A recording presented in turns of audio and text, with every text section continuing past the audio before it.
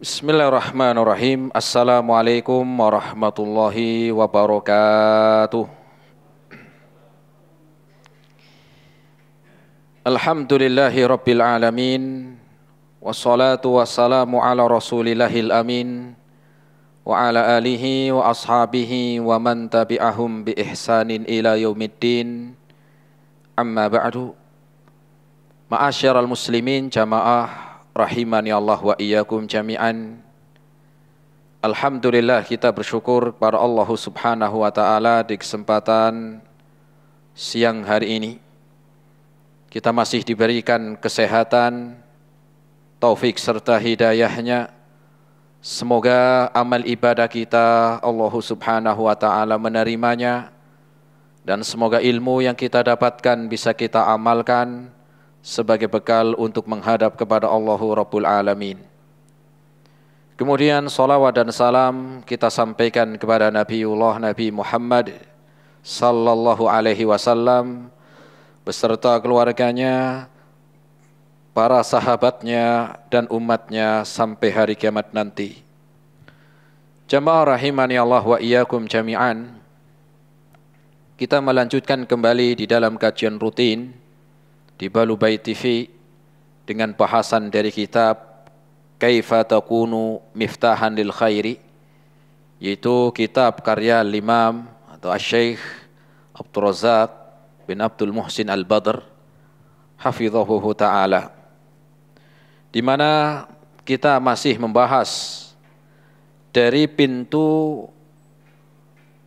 kebaikan yang ketiga, ilmu yang bermanfaat.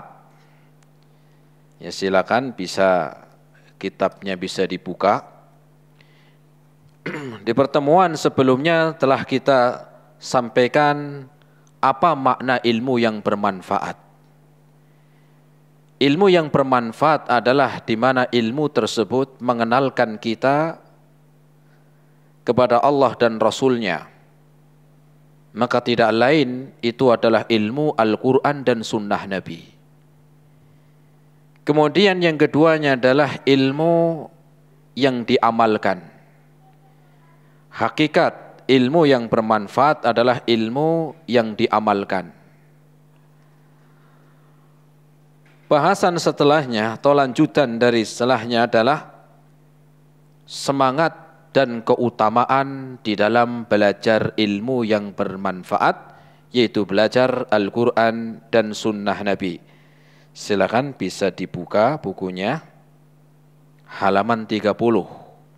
Halaman 30 yang bawah. Siapa yang ingin menjadi pembuka kunci kebaikan? Ketemu? Ya, silakan Mas, antum yang di depan. Baca dulu. Ya, antum baca dulu. Halaman 30.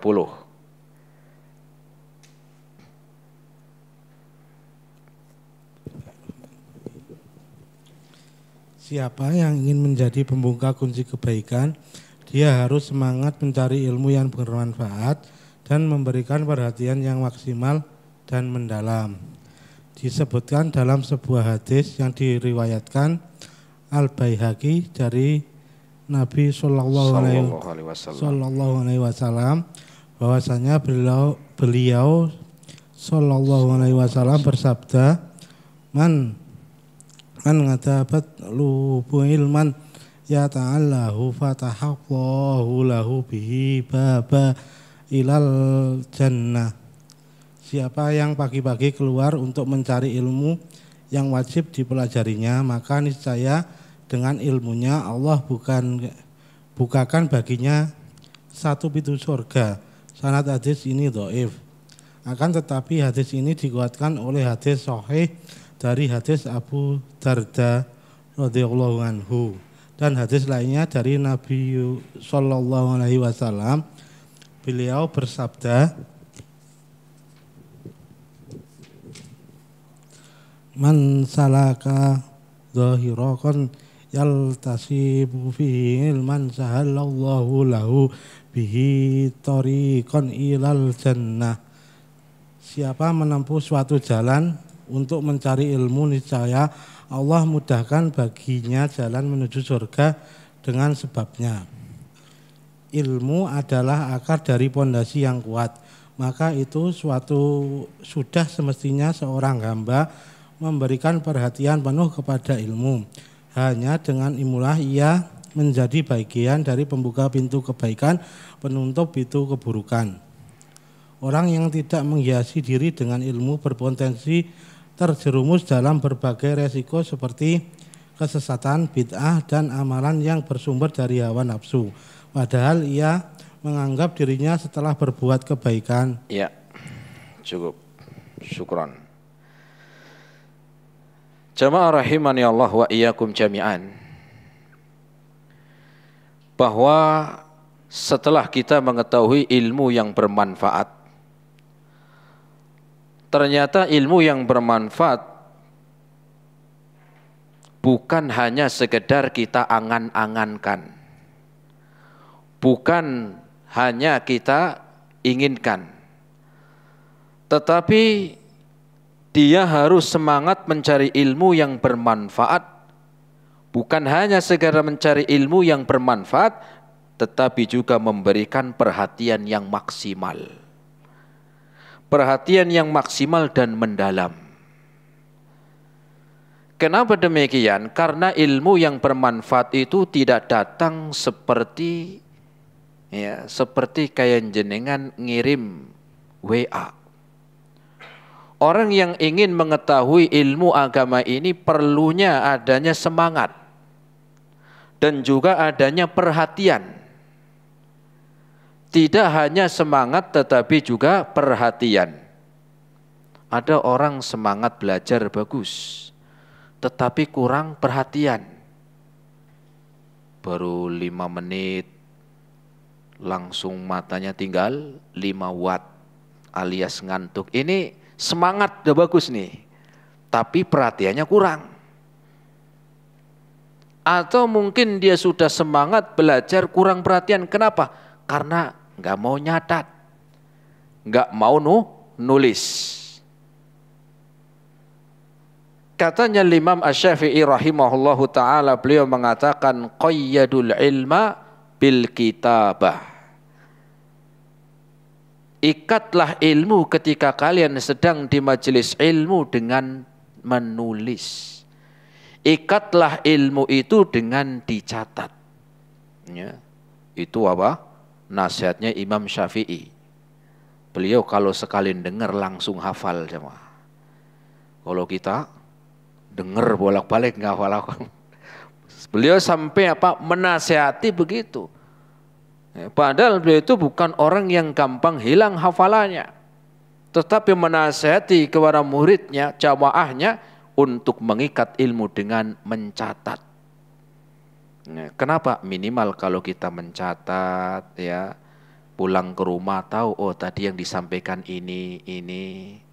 Besok lagi di murojaah, ketika mau pengajian lagi di murojaah, kemarin sampai sini pembahasannya. Kenapa? Karena kita ngaji kitab. Bukan ngaji apa? Ngaji ciping. Apa ciping? Yang ya nggak nyatat, cuman nggak tahu kajiannya, nggak jelas apa yang disampaikan. Masuk telinga kanan, keluar telinga kanan. Karena mental. Kalau masuknya telinga kanan, keluar telinga kiri masih mending. Berarti masih nyambung, masuk. Kalau masuk kanan, keluar lagi, keluar kanan berarti mental. Nah, di sini beliau, mu'allif menyebutkan bahwa kunci di antara kunci kebaikan yang ketiga adalah dengan membuka ilmu. Apa maknanya membuka ilmu? Pertama, kita mau mengkaji ilmu agama, kemudian adalah dengan kita membuka untuk yang lain. Ini adalah di antara kunci kebaikan yang ketiga. Bahkan katanya Imam Syafi'i, beliau mengatakan, man arada dunya fa alaihi bil ilmi. Orang yang pengen tahu tentang urusan dunia, dia harus tahu ilmunya. Pengen jadi dokter, belajar dulu tahu ilmunya. pengen belajar atau tahu tentang arsitek, belajar dulu, ada ilmunya.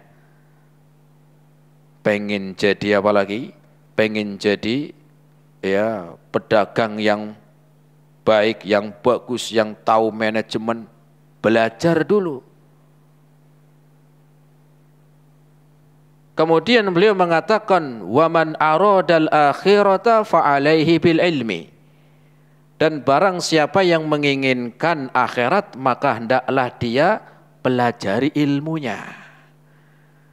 Kalau urusan dunia saja, beliau mengingatkan agar tahu ilmunya. Lebih lagi dalam urusan yang berkaitan dengan akhirat, jemaah. Lebih lagi yang berkaitan dengan ilmu yang berkaitan dengan akhirat, maka harus lagi kita belajar. Kita itu seringkali lupa dengan apa? Dengan ilmu agama ini. Orang itu lebih bangga, seringkali lebih bangga dengan ilmu dunia. Enggak masalah, silakan. Tetapi jangan lupa ilmu akhirat. Sepinter-pinternya seseorang ilmu dunia, kelak akan ditinggalkan, bekalnya ilmu akhirat lagi. Sehebat-hebatnya seorang pedagang, maka tentunya dia wajib untuk belajar akhirat. Kenapa? Karena dagangannya akan ditinggal. Sehebat-hebatnya dia memiliki perusahaan, maka suatu saat nanti dia akan tinggal.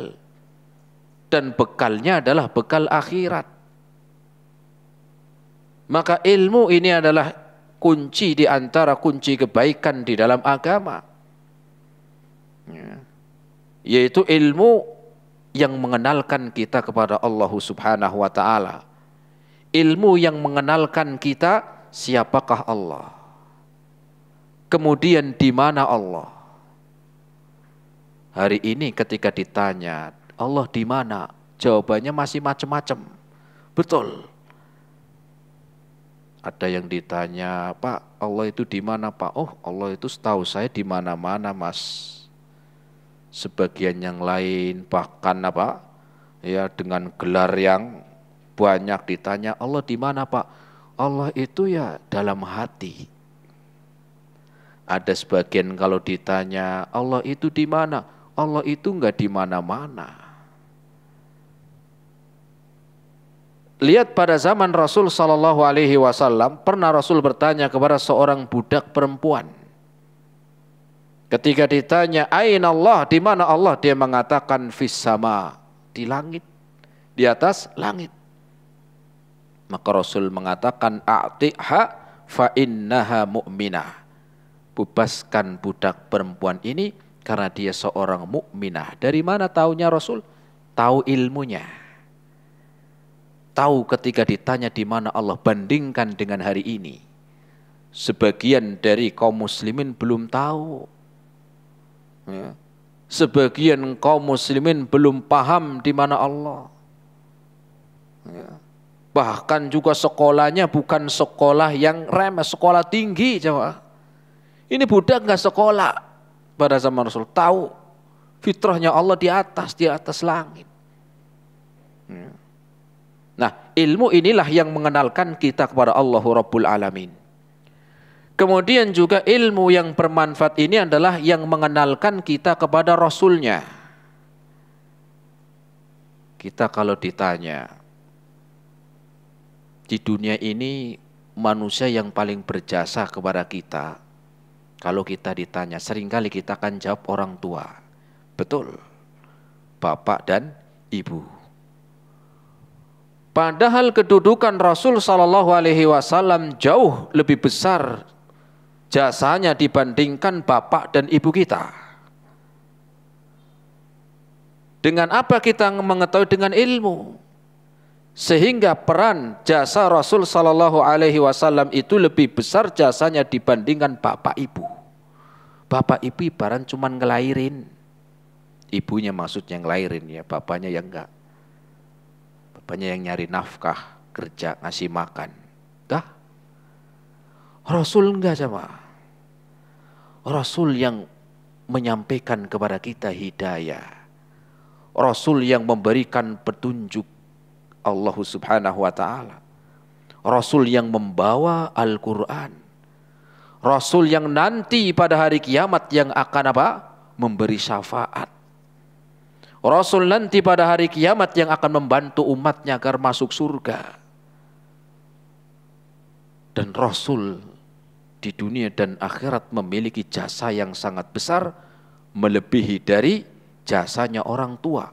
Makanya Rasul mengatakan dalam hadisnya, la yu'minu ahadukum hatta akuna ahabba ilaihi min walidihi wa walidihi wan nasi ajma'in. Seorang tidak beriman sampai dia menjadikan aku, kata Rasul, lebih dia cintai dari bapaknya, dari ibunya, dari seluruh manusia, bahkan dari anaknya sendiri. Kenapa? Karena jasa Rasul itu jauh lebih besar dari seluruh manusia. Bapak Ibu bisa menyelamatkan kita dari neraka? Belum tentu. Sehingga ilmu inilah yang menjadikan ilmu bermanfaat. Kenapa? Mengenalkan kita kepada Rasulnya alaihi salatu wassalam. Kemudian juga ilmu syariat Islam ini, dengan kita mempelajari, memunculkan rasa takut kepada Allah Rabbul Alamin. Dan bukan hanya sekedar memunculkan rasa khasyah, rasa takut kepada Allah, tetapi juga menumbuhkan kecintaan. Bukan hanya saja takut, tapi juga cinta. Takut dengan apa? Takut dengan siksa, dan cinta berharap karena ingin masuk surga. Ya. Sehingga Allah pun jadikan surga dan neraka untuk apa? Agar kita takut masuk neraka, tetapi kita senang berharap semoga masuk surga. Dari mana kita mengetahui ilmu ini? Dari Al-Quran dan Sunnah Nabi. Kemudian juga dengan kita belajar ilmu syariat, maka akan mengajarkan kepada kita bagaimana cara ibadah yang benar. Bagaimana tata cara ibadah yang benar. Kenapa? Karena tata cara ibadah ini sudah ditentukan di dalam Al-Quran dan Sunnah Nabi. Sehingga tata cara ibadah, karena ilmu ini berkaitan dengan ilmu akhirat, tidak berubah dari zaman Rasul sampai hari ini, bahkan sampai hari kiamat nanti. Nggak berubah. Beda dengan ilmu dunia. Ilmu dunia itu akan berubah sesuai dengan perkembangan zaman dan waktu. Dulu nggak ada HP, sekarang ada. Dulu nggak ada pesawat, sekarang banyak. Dulu nggak ada kamera, ya, sekarang ada kamera. Itu akan berkembang terus. Berbeda dengan tata cara ibadah itu apa? Tidak berubah. Kenapa? Sudah sempurna. Sehingga tentunya kita di dalam beribadah kepada Allah itu sudah ada apa? Sudah ada aturannya. Tinggal ngikutin. Nggak usah buat-buat sendiri. Tidak perlu apa? Tidak perlu kreasi, nggak perlu. Kenapa? Karena sudah ditentukan cara ibadah. Tinggal ngamalin yang sudah ada. Tinggal ngikutin yang sudah ada contohnya.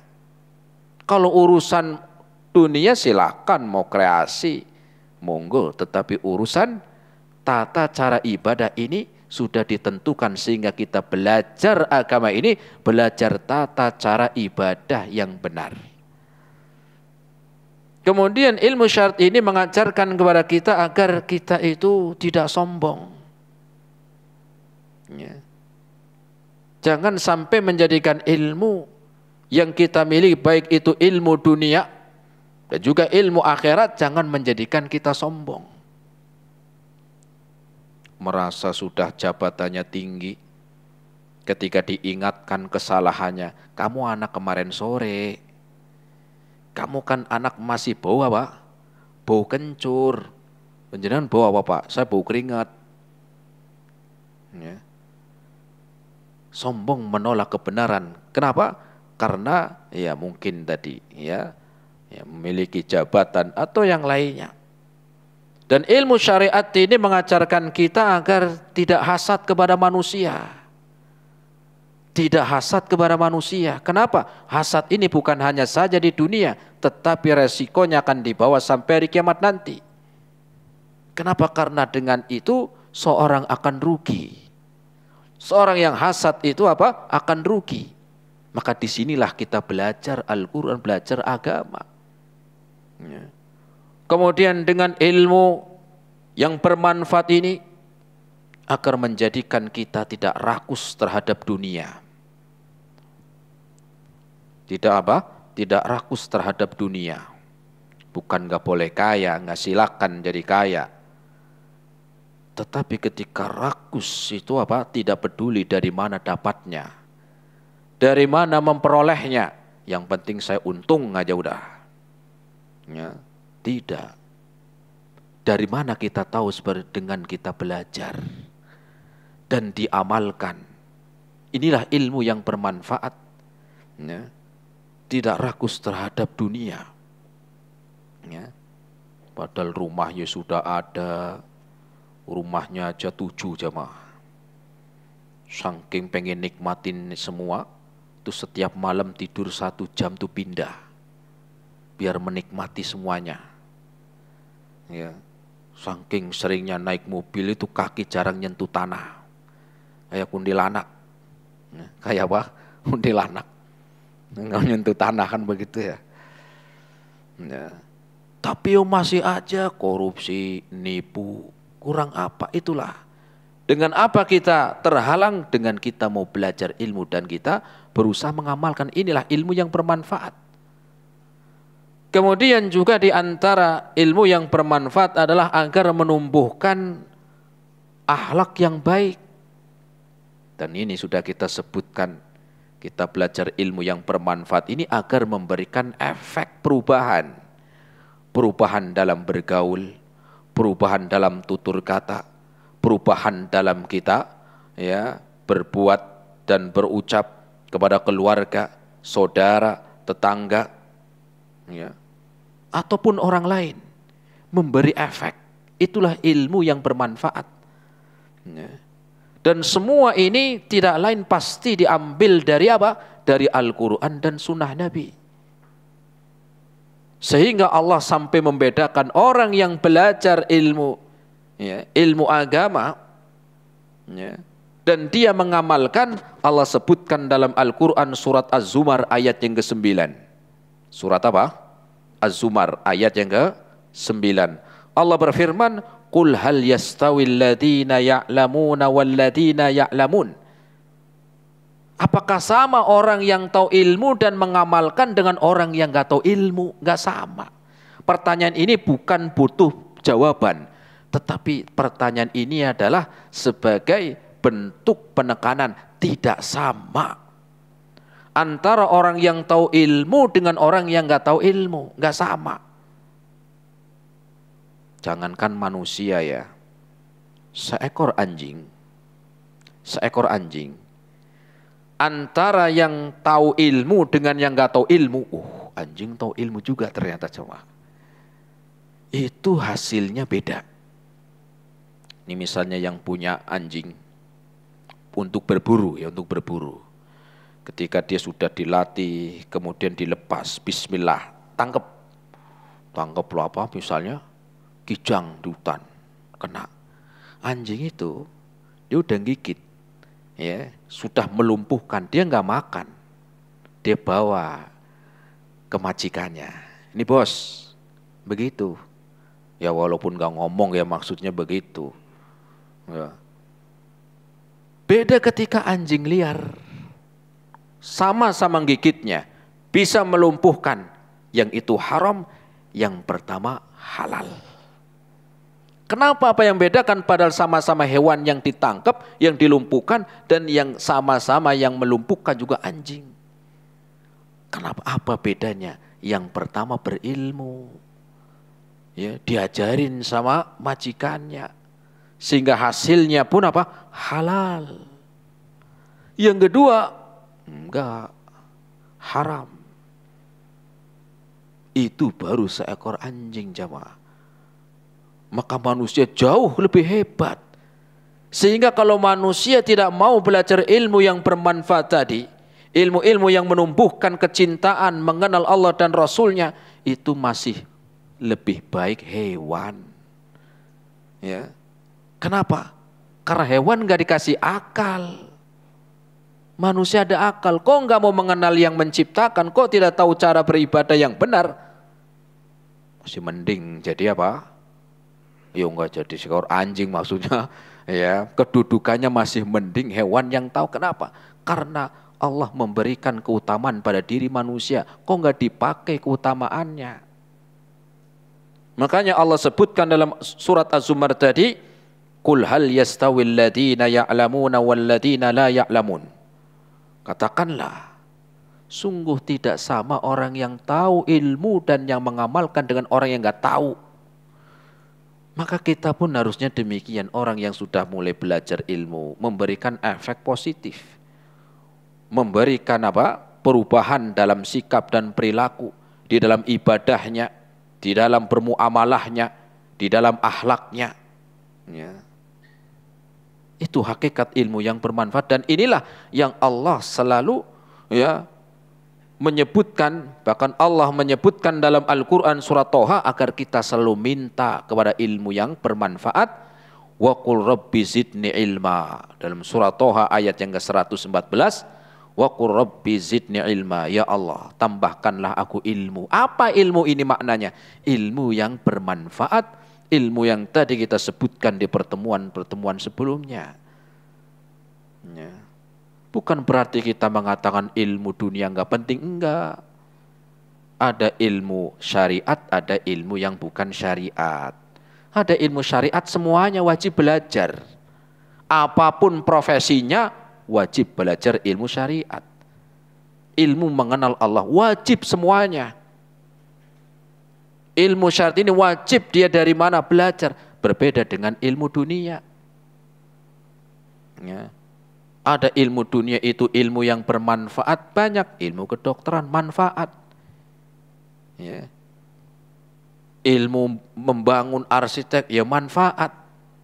Ya. Tetapi kan enggak semuanya harus tahu gitu. Ya ada berapa orang yang sudah belajar ya cukuplah. Loh kalau semuanya jadi dokter, semuanya siapa yang mau sakit. Berbeda ilmu syariat. Maka semuanya itu wajib belajar. Mau itu dokter, mau itu ustadz sekalipun terus untuk belajar. Nah. Kenapa demikian? Karena ilmu inilah yang akan memunculkan rasa takut kepada Allah Rabbul Alamin. Ilmu inilah, ilmu yang bermanfaat dari syariat inilah yang memunculkan sifat apa? Sifat takut kepada Allah. Kemudian bukan hanya sekedar takut, tetapi juga mengambil pelajaran dengan apa? Dengan berbekal amal saleh, dengan beribadah kepada Allah. Karena kadang-kadang orang belajar ilmu tetapi enggak mengamalkan ilmunya. Atau aslinya dia banyak mengambil ibrah, mengambil faidah, mengambil hikmah, tetapi dia tidak mengambil hikmahnya. Misalnya, orang tinggalnya di pinggir kuburan. Harusnya kan orang ini banyak ingat mati kan. Tapi enggak setiap orang yang tinggalnya depannya kuburan ingat mati terus juga belum tentu. Wah, karena ya padahal itu kan sebagai ilmu. Mengingat kematian ini enggak mengingat langsung depannya kuburan. Harusnya kan kalau orang mau ngambil ilmu banyak, oh ya saya harus persiapan nih. Depan saya kubur, tapi enggak juga. Tinggal siapa yang mengambil pelajaran itu. Bahkan ada yang apa? Orang tinggalnya di dekat kuburan, jualannya batu nisan sama kain kafan. Ya, tapi di dalam lagi pasang togel. Ini kan enggak ngambil apa? Enggak ngambil pelajaran. Kurang apa pelajaran yang bisa diambil? Depannya kuburan, jualannya batu nisan sama kain kafan. Di dalam pasang apa? Ya togel. Nah, malah mabuk malah di dalam. Ini tidak mengambil pelajaran. Makanya Allah sebutkan dalam Al-Quran, innama yakhshallaha min ibadihil ulama. Dalam surat Fatir ayat yang ke-28, hanya orang-orang yang tahu ilmu merekalah yang takut kepada Allah dari hamba-hambanya. Allah kecualikan orang-orang yang takut kepada Allah itu orang yang tahu ilmu. Orang yang tahu ilmunya. Ya. Sehingga orang yang nggak tahu ilmu bagaimana dia akan takut kepada Allah. Ya. Dan ilmu ini maknanya adalah ilmu yang bermanfaat yang diamalkan. Ilmu mengenal Allah dan Rasulnya. Ya.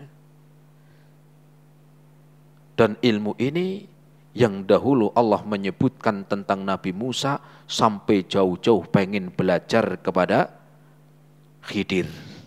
Dan ini Allah sebutkan dalam kisahnya dalam surat Al-Kahfi ayat yang ke-66. Ya. Bagaimana itu? Allah sebutkan kisahnya Nabi Musa, hal attabi'uka ala an tu'allimani mimma ulimta rusyda. Apakah engkau membolehkan aku untuk ikut majelis bersamamu wahai Khidir? Ini Nabi Musa, seorang nabi yang Allah berikan wahyu. Dia datang jauh-jauh mencari majelisnya Khidir.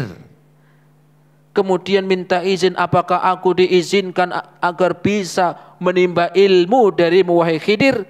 Antu'allimani mimma ulimta rusyda, dari ilmu yang Allah telah memberikan kepada engkau. Kalau ini Nabi Musa saja mau belajar bermajelis, belajar ilmu, mengambil ilmu dari Khidir, apalagi kita. Nabi Musa, seluruh para nabi itu tempatnya di surga nanti. Itu saja semangat belajar ilmu, apalagi kita. Nabi bukan, kita para syuhada juga bukan. Orang soleh lah nggak tahu, udah boleh orang soleh. Ya, setengah soleh aja mungkin ini setengah soleh. Ya, udah dosanya banyak, nggak mau belajar ilmu, kebangetan ini. Ya.